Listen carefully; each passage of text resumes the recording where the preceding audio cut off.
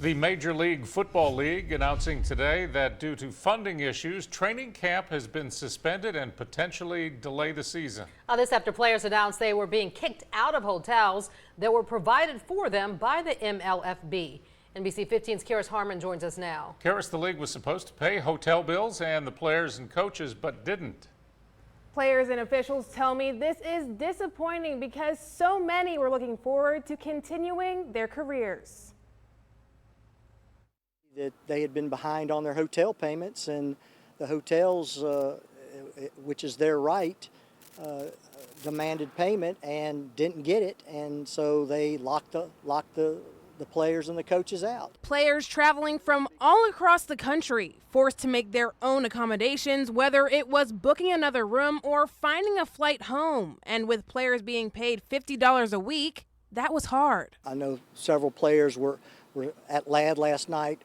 The Mobile Sports Authority and Visit Mobile put many players up in rooms last night since MLF did not pay their tab. I tried to talk to players today as they were checking out of their hotels, but many of them told me they did not want to be interviewed or recorded because they had nothing good to say. They told me what hurts the most is that they couldn't do anything about it. One of the players put me in contact with his agent, Andrew German. German says this situation is unacceptable. It's sad. It's always sad when you see people trying to prey on somebody who has a dream.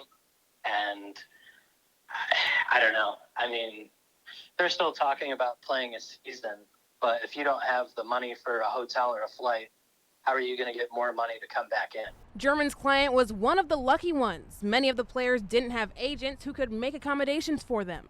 I feel bad for the kids who are there chasing a dream who don't have someone like my client does.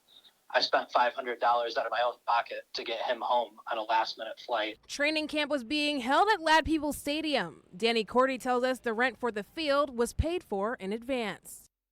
In this release put out a few hours ago, the league apologized to the coaches and the players, saying it fully intends to honor its obligations to Mobile vendors.